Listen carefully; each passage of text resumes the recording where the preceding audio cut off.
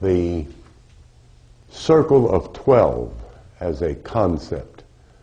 And my representation of this is the 12 signs of Jacob and the 12 sons of the Zodiac. And my rationale for presenting it in this manner is to divert from the basics of the 12 sons of Jacob as 12 human beings only. Because what we're doing is we're reaching into the scriptures to reveal the system of the scriptures and the relevancy of human nature in terms of spiritual knowledge universal. The thing that's universal about the Bible is not Christianity, just as the thing that's relevant about the Quran is not Islam. The thing that is relevant about Hinduism is not the religion. It is the Bhagavad Gita, which is based on 12. Okay, now I've already done one reference point of showing the names of the gods of these three major scriptures. 108 names in the Bhagavad Gita, 72 names for the Old Testament names of God, and the 99 names of the gods in the Quran, all equal a 9.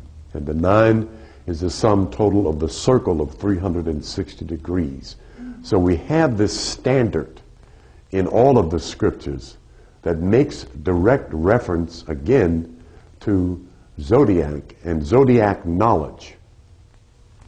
Zodiac knowledge and astrology are not the same. Zodiac knowledge tells you about human nature commonality. In other words, everyone has this blueprint of arm, leg, arm, head, 12 major parts of their nature, 12 major glands in their bodies in reference to this system presented of 12 disciples, of 12 sons of Jacob, of 12 stones of the earlier Hebrews, and the 12 jewel or precious stones of the ephod of not Jacob, of Joshua, to show again this significance and standard of circle. This book, the Holy Bible, has 66 books in it. That 6 and 6 again is 12. So the emphasis again is this consistency of 12 throughout the entire manuscript of the Bible, in symbolizing the authors who designed this concept of Holy Writ used 12 persona, 12 personalities representing 12 types of human beings based on the birth factor of the circle of 360 degrees, where every living thing is born and able to be measured in this circle, as to whether it's an ant or a dinosaur. His or its time of birth could be found if one has a time clock system for determining that point of birth.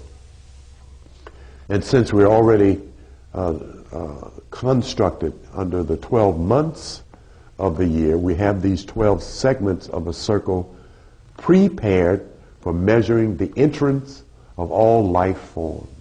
That is, that's animated on an intelligent level. You can even measure the birth time of a plant. I mean, it has a birth time as well. But the major fact, of course, is for human beings rather than for lesser life form. But I mean, even some dog owners have the time their dogs were born, so they give them their birth sign.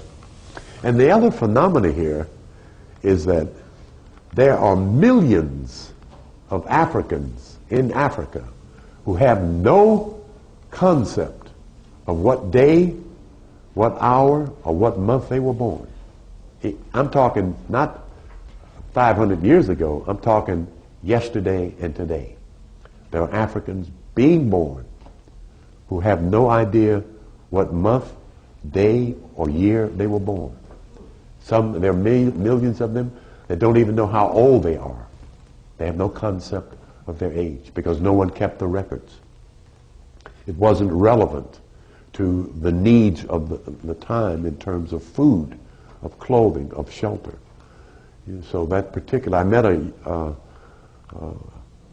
African woman downtown Atlanta about a year ago, and I was going to do her pinnacles to give her some lottery numbers, and she didn't know when she was born. She had no idea. So something is left out in terms of this capacity not only to know self, but to know that the creator of the universe knows when you come into life and that you're here. That is a part of the resecuring that someone cares about you on this planet.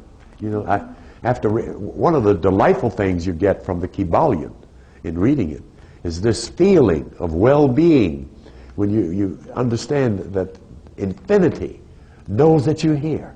You don't have to belong to a religion. You don't have to bow down to any god. The universe knows you're here and has provided something for you because you're here. In other words, you deserve to be successful because you're here, if for no other reason. And people need to know that there's provisions for every soul down here. But because of the disorder of system, for many, for millions, it is denied them. So we're going to take a look at chapter 49 in the book of Genesis, the book of beginnings, concerning these 12 sons. And we started this last Sunday before last, but I found myself doing two things. One, making an assumption that this was going to make sense. There was another young lady here who afterwards asked me about having a chart done. But what I said, then I asked her if she's going to be here next Sunday. She said, well, maybe, That this is not common knowledge, that I wasn't talking to someone who could relate directly to this knowledge and override whatever theology and doctrine she already believed. Because it does appear to contradict what one believes. But what it contradicts is the ignorance about self and the nature of self and the nature of God is what it contradicts. And it takes a while for that to penetrate. I mean, this doesn't just happen in the front lobes of the brain and it's all fair and good. I mean, this raises a lot of questions. And I forget that because I've been at this so long that for me it's common knowledge. But I have to remember that people that often come in with no knowledge of this. I mean, this is just, I mean, like the one lady came into Barbara King's church, and she was talking about, and she was just talking lightly about the 12 powers of man, and this one was sitting there with all this stuff going through her head, and Barbara said, I want the church to pray for someone here who's having a hard time accepting this. So we all started praying, and I started praying in tongues. And she was sitting right behind me. I didn't know that, And the woman just broke down and cried, and she said, I have to stand up and testify. I thought y'all was all devils.